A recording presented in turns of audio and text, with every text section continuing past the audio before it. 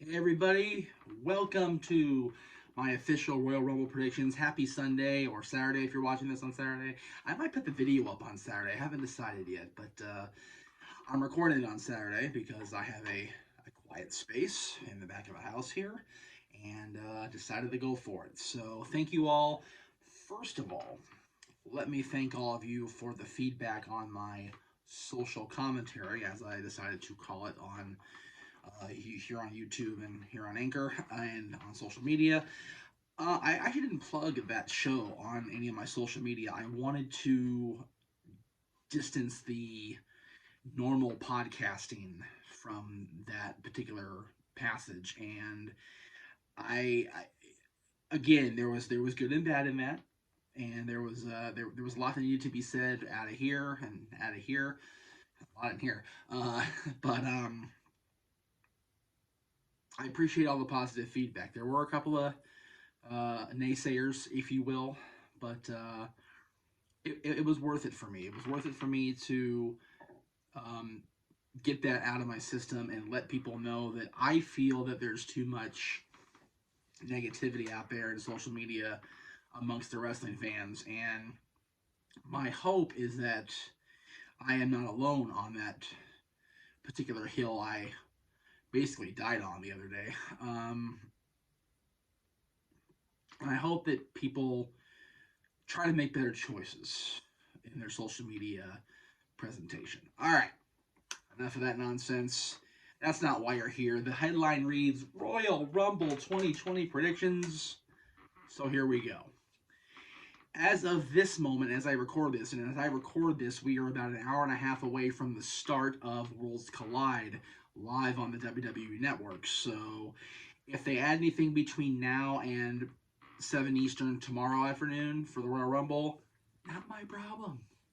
I've got the card as it's laid out right here. I gave WWE every opportunity to lay in more card choices on SmackDown Friday night and everything. So, you know, this is what it is, as we say on NoDQ.com, right, Aaron?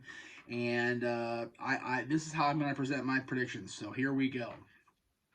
Keep in mind also, as you listen to this and as you watch me here on YouTube, um, this last week was the first week I actually watched every live WWE program as far as, Raw, SmackDown, NXT in their entirety since Survivor Series. So the storylines are a little muddled for me. The presentation of the characters a little bit out of sync for me. So if I sound not entirely unsynchronous, that's why, because I'm still trying to gather my bearings as I reintroduce myself to current WWE main roster programming. So bear with me here. It looks like Sheamus is back, which I think is cool, and I saw that he's got the old Sheamus look back with the flat top, I suppose, not really flat, but not the crazy, spike he wore when he was with the Bar and when he became the WWE World Heavyweight Champion after cashing in Money in the Bank against Roman Reigns at Survivor Series that year. So it's cool to see Sheamus get back to basics and get back to who he was and hopefully who he is. And he's facing Shorty G, of course, Chad Gable, and his Shorty G gimmick, which, you know, I come and go with that gimmick. I really do. I I appreciate the idea of shaking things up with Chad and giving him the opportunity to do something more, but it's hokey. It really is. And if they're gonna bring a guy like Sheamus back, because they've been high on for over 10 years, if you think about it, Sheamus defeated John Cena for the WWE Championship over 10 years ago. That's crazy, right? Just remember, Jesse Ventura, when he guest hosted Raw that year, that episode of Raw, he made that match with John Cena, a tables match, and Sheamus defeated John Cena for the WWE Championship. That was back in 2009. So Sheamus has been around on the main roster for over 10 years. And he has been a featured player for the good majority of that, but we think of him more now as we have progressed into 2020 as a tag team wrestler. Of course, he and Cesaro were a dominant tag team when we all thought it was going to be a throwaway after their feud. We thought, never going to last. The Bar's been amazing, I thought. So, I can't see them bringing Sheamus back to basics in his old style gimmick and not win on a pay-per-view his first outing back in. So got to go with Sheamus here. Just again, that's applying common sense to WWE bookings. So I could be totally off base. There could be totally off base and wrong. But in my heart, in my gut, I feel that Sheamus needs to have a victory here, or they're gonna completely botch his reintroduction to WWE. We'll go with Andrade and Humberto. This has kind of been built around the feud with Andrade and Mysterio, but also Humberto was in there early on when Andrade won the U.S. Championship, and Humberto has been kind of uh, out with an injury, I guess, in storyline, and they brought him back on Raw Monday to attack Mysterio while he was wearing the Mysterio mask. So that was kind of cool. I actually got a question about that on Twitter, whether I think Dominic should be introduced onto the roster, I should say, as a mask wrestler wearing Ray's mask with Ray, passes down the tradition to his son, or should he wear his own mask, or should he turn on Ray? And it was a really good question. Check it out on my Twitter feed. I by all means, it was. I enjoyed answering that question. I almost saved it for Talk Wrestling Monday, but he asked a lot of different people, so I want to make sure I got my answer right out there in the Twitterverse. But as far as this match, again, they're very, very high on Andrade, as they should be. Andrade is a unique talent. He's got a great look. He's amazing in the ring. He's got Zelina Vega, which Lord knows adds to anybody's presentation. They're both not hard on the eyes, so let's be honest. They're both very attractive people, and it works for them, and it's Andrade is one of those guys where for years and years we've talked about the perfect package, the total package, and Andrade is one of those guys where he's got just about everything you need to be a blueprint WWE superstar. And what he lacks in presentation of his own mic skills and promo skills, he's got Zelina. So there you go. He's got everything he needs. So I don't see Humberto winning the title. I see Humberto Carrillo giving him a fair shake and giving him a good run for his money on Sunday. But I don't see him winning the U.S. Championship. I think they're going to continue on with Andrade in that role. Roman Reigns and King Corbin, Falls Count Anywhere in Minute Maid Park, which, by the way, is the home of the cheaters, for the record. The Houston Astros. Sorry. Yeah, you guys cheat, and you screwed the Dodgers. Kiss my ass. You too, Boston Red Sox. Almost players. Anyway, so Reigns and Corbin, this has been going on seemingly since the beginning of time. These guys were beefing when I stopped watching after Survivor Series. They had a beef at Survivor Series, and they were on the same team. So, they've got to blow this feud off. Because I don't say that to slight Corbin or to slight Reigns, because I think both those men get slighted way too much in the WWE universe by the hardcore naysayer fans that I addressed on my commentary. But they both need to move on and do other things. And from what everybody has been saying, the rumor and innuendo, right, guys, has been saying that Roman Reigns is going to be the one to challenge The Fiend at WrestleMania. You're not going to get Roman into a program with the Universal Champion when he's bogged down with the King of the Ring. It's just not going to happen. Likewise, you're not going to get Corbin into a solid WrestleMania-style program with anybody besides Reigns if you continue to have this feud go on. And that's why I think this is a great stipulation. Falls Count Anywhere. These two guys have within the PG confines, let's be real, but they have the freedom to go anywhere inside the stadium and beat the dog out of each other for a while. And this should blow off the feud once and for all. And, much like, in the old days, with the blow-offs, the champion must hold his head high at the end, Hogan must pose, that type of thing. You're probably going to see Roman Reigns win here. but it's going to be a fight. Because Corbin can fight. Again, people have crapped on Corbin since the Raw GM fiasco. I have always liked Baron Corbin.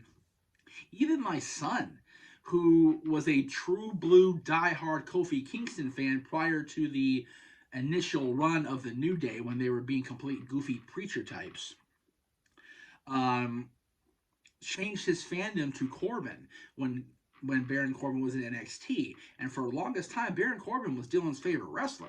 So I've always been high on Baron Corbin, King Corbin now, of course. And I think both these guys deserve to move on to greater pastures after this feud. And I think that this match needs to be a match where both of them are showcased to no end. That way they both come out smelling like roses. Roman goes to WrestleMania to challenge, probably win the Universal Championship. It is WrestleMania. It is Roman Reigns. Just saying. And then King Corbin can maybe go on and, who knows, maybe get in a tag program with somebody, maybe have a high-profile singles mid-card championship run, something.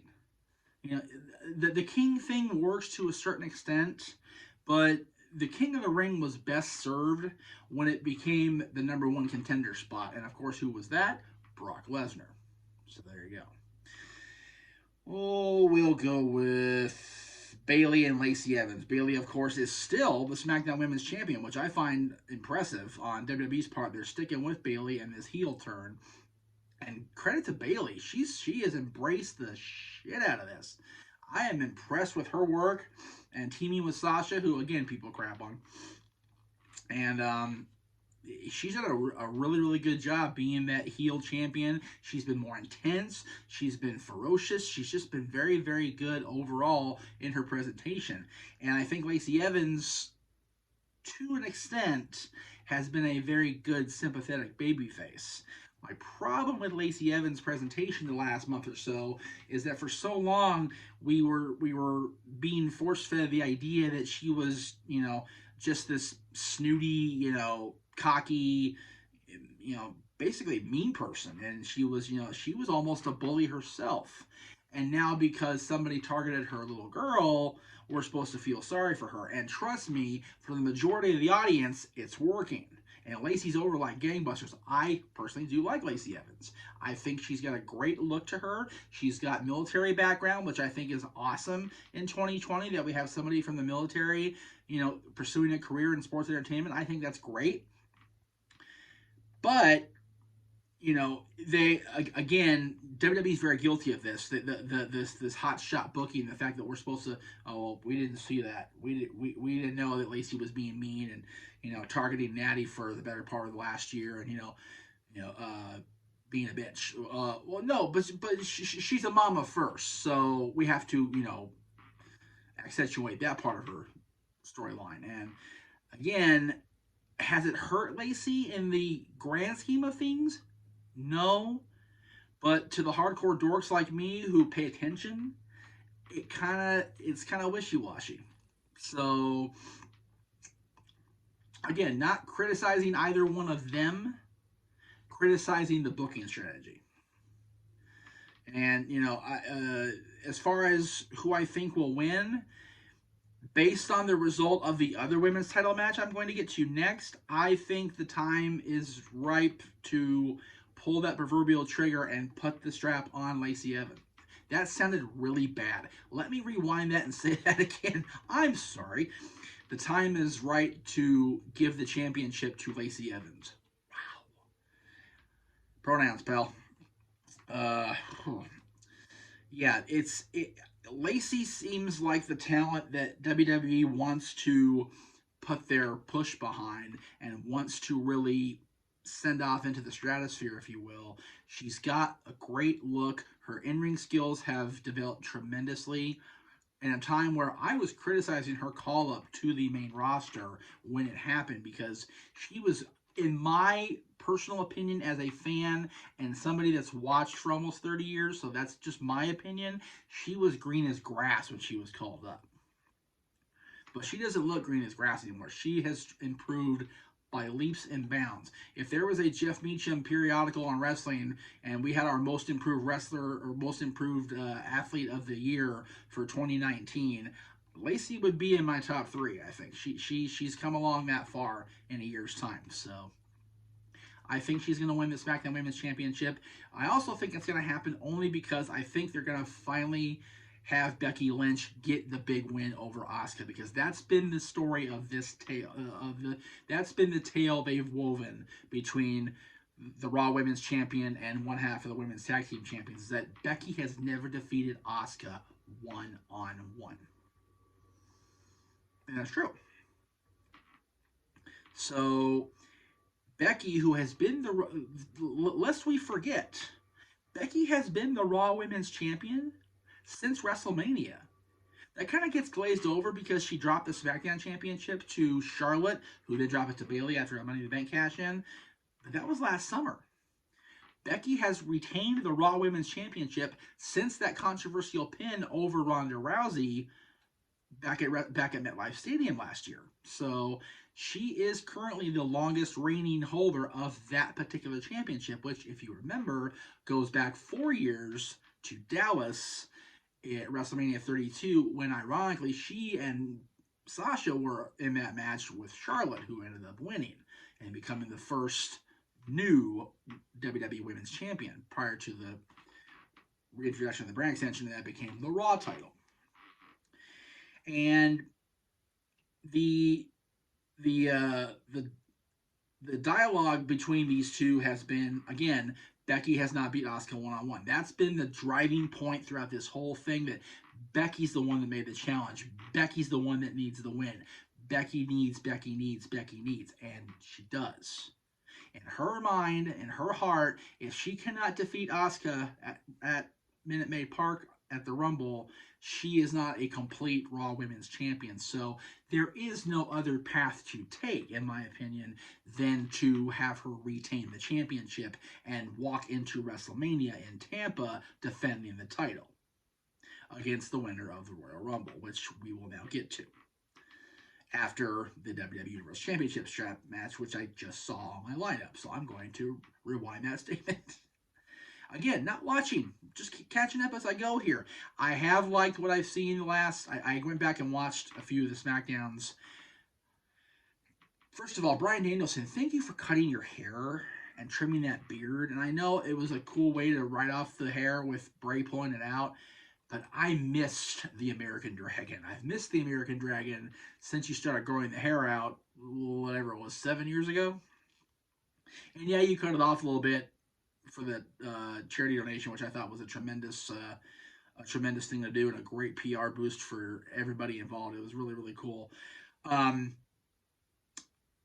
But I miss this look he has now, because when I first saw Bryan Danielson, this is the basic look he had. Short buzz cut, very, very little beard, if any beard at all. But he was intense, he was vicious, and he would submit the crap out of you. Bryan Danielson was, at that point, the best wrestler in the world. Is he the best wrestler in the world right now? Well, I don't know. Because there's so much content to absorb out there if you watch WWE and Impact Wrestling and AEW and the NWA and Ring of Honor and the United Wrestling Network like I do. That's a lot of folks to consider, and even New Japan if I get my hands on New Japan content, which I did get to see the Tokyo Dome weekend shows, which again was a very cool thing for me to have remembered seeing Jushin Liger's first match in the United States 28 years ago, and then see him retire. I thought that was right there. That's pretty cool. Anyway, I went off into the weeds there. Bryan Danielson, Daniel Bryan. Again, the common thought in the dirt sheets and on social media and throughout the network of WWE Universe chats is that the Fiend is going to defend against Roman Reigns in Tampa at WrestleMania. So this is going to be an intense match. And if they do it like they have usually done WWE strap matches, they're going to have the four-corner drag, like it did with Eddie Guerrero and JBL at the Great American Bash. My goodness, 16 years ago. Crap, I'm getting old. Yikes. So there will be a situation, I feel, where Bryan will almost have the victory, and the Fiend will find a way to screw or cheat or something Bryan out of the victory. They could go the complete opposite way. They could have the Fiend just be the Fiend like he was with Seth Rollins and just roll over Bryan and win and retain the championship. So either way, Bray Wyatt, the Fiend, retains the championship here and goes on to WrestleMania to face the winner of the Royal Rumble. Now, let me do the Women's Royal Rumble first, because there's not a whole lot of meat on this particular bones. These particular bones, not this. God. Pronouns. They've only announced 9 women as of this recording for this match. They've announced Charlotte Flair, Alexa Bliss, Nikki Cross, Sarah Logan, Natalya, Carmella, Dana Brooke, Mandy Rose, and Sonya Deville.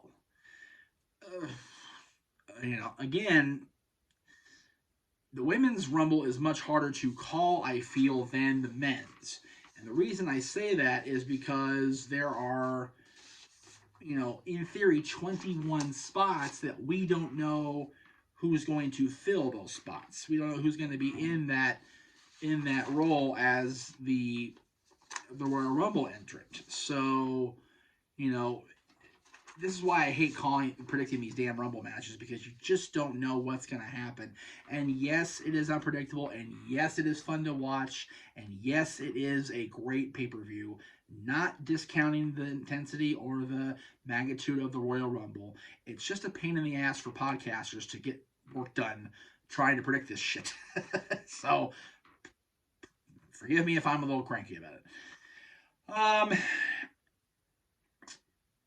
You figure if Becky is the champion and Lacey is the champion, you've got 2 babyface champions coming out of Houston.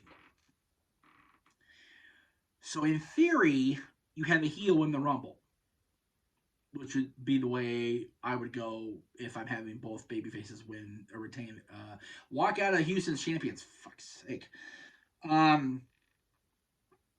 So I'm going to say my first pick is Charlotte Flair.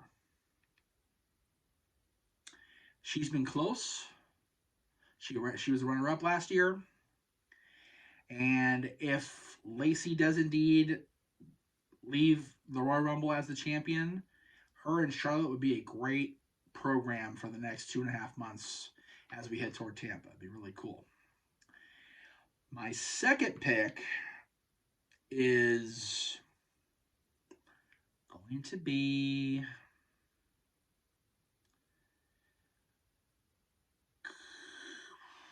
Mandy Rose.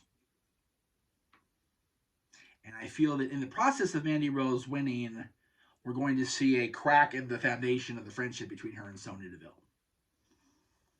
That's just little, icing on the cake prediction-wise, but I see it happening. My dark horse, my long shot, if Becky does indeed retain, is for Ronda Rousey to make her return to WWE programming and try to get back her title that she claimed she controversially lost a year ago. Asterisks with Ronda, Shayna Baszler. Easily see Shayna Baszler winning. As far as the men's go, I need to count again, so forgive me. 1, 2, 3, 4, 5, 6, 7, 8, 9, 10, 11, 12, 13, 14, 15, 16, 17, 18, 19, 20, 1, 2, 3, 4, 7. That's what I thought. 27 out of 30 spots filled for the men's Rumble. And, side brief soapbox, if I may. This is why people complain about the lack of women's development on WWE TV. We spent the last 4 weeks or whatever it's been since TLC building the men's Rumble almost full. And here we are 24 hours or so removed from the Rumble, and we've got less than a third of the field filled for the women's match. Okay. It's this is hard for me, and let me say this. Let me say for the record, by the way, I have not watched anybody else's prediction shows as I record this. I wanted to have my own fresh opinions. I wanted to formulate my own ideas before video, before audio here, and just say what I felt. So if I step on anybody's toes, prediction-wise, dialogue-wise, I'm sorry. Let me throw that out there now. The first part of this match is going to be the Brock Lesnar show. I mean, he's coming out first. He's the reigning, defending, undisputed WWE heavyweight champion of the world. Right, Paul? So he's going to just kick serious ass for the first third of this match.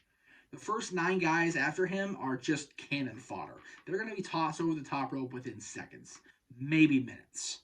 But Brock is going to suplex city every freaking buddy and just rule the roost. That's going to happen there, first of all. Second of all, I like that they've given me a glimmer of hope regarding Drew McIntyre. Okay? So what I see is going to happen, I will say for last. Because the person I'm going to say last is my number 1 pick. So I'm going in reverse what I did with the women. My third choice to win is Seth Rollins to repeat as Royal Rumble winner. The Monday Night Messiah has been nothing short of definitively destructive the last few weeks since his finally embracing the dark side within him. I like the Messiah character. I got to see it firsthand Monday night after not watching for whatever it was, 2 months. And I dig it. I dig the AOP with him. I even dig Buddy Murphy with him. I think Buddy Murphy is severely underrated and underutilized. And putting him with Seth and making them the tag team champions, let's not forget that. That was freaking cool. I enjoyed the hell out of every part of that part of Raw Monday night. So bravo to the team there. Excuse me. Sorry for the audio, folks, that just heard that fresh in their ears. So that's my second pick, or my third pick. My second pick is Roman Reigns. They got another repeat winner. They got to get Roman back on track. He's been bogged down with garbage this last year, and Roman gets pushed in this. Shut up. Just shut the hell up. Roman is as good as people like Virtue and the like say he is. And people that, come down on him for being pushed. And it's like, you guys look, you can't see past the end of your nose and realize how good a worker he is, how good a attraction he is. You just don't like the fact that he's Vince's guy. And that's ridiculous. It's the same reason you didn't like John Cena. It's the same reason you didn't like, babyface Shawn Michaels or babyface superhero Hulk Hogan. Get over it. If you don't like it, you ain't got to watch. If you don't like Roman, mute the TV while he's on. There you go. Problem solved. He's my second pick. My first pick is what's going to lead toward WrestleMania. Because my first pick is going to be the guy that not only wins the Royal Rumble outright, but he's going to be the one that eliminates Brock Lesnar from the Rumble match. And set up a long overdue championship opportunity in a featured contest at WrestleMania. My pick to win the Royal Rumble is Drew McIntyre. That's who I feel is going to leave that ring in Minute Maid Park with a championship opportunity at WrestleMania in his pocket. is Drew McIntyre, the Scottish psychopath. I got to meet Drew McIntyre back at SummerSlam Access 2011, and he hadn't even reached his apex yet. He'd already been McMahon's chosen one for 2 years and still had scraped the surface of what he has become. He is, I mentioned earlier that Andrade is one of those blueprint guys. Drew McIntyre is what people go to the dictionary and look up professional wrestler, sports entertainer. That's the guy in that picture in the dictionary entry is Drew McIntyre. He is freaking amazing. And he will be the one, in this podcaster's opinion, to challenge Brock Lesnar's dominance under the bright lights in Tampa. And I dare say he may be the one to knock Brock off the perch. But we'll get to that prediction in April, maybe late March, whenever it falls in my prediction schedule. So that's it for our Rumble predictions. Thank you all for watching. Again, thank you all so much for being a part of my resurgence into podcasting, into video making, if you will. It's been a wonderful last 26, 27 days of getting my career, quote unquote, back on track. I've enjoyed it, and I enjoyed after with you guys. Thank you all so much. And if you're on Anchor, we will see you next time on the WWE Network. If you're on YouTube, see ya.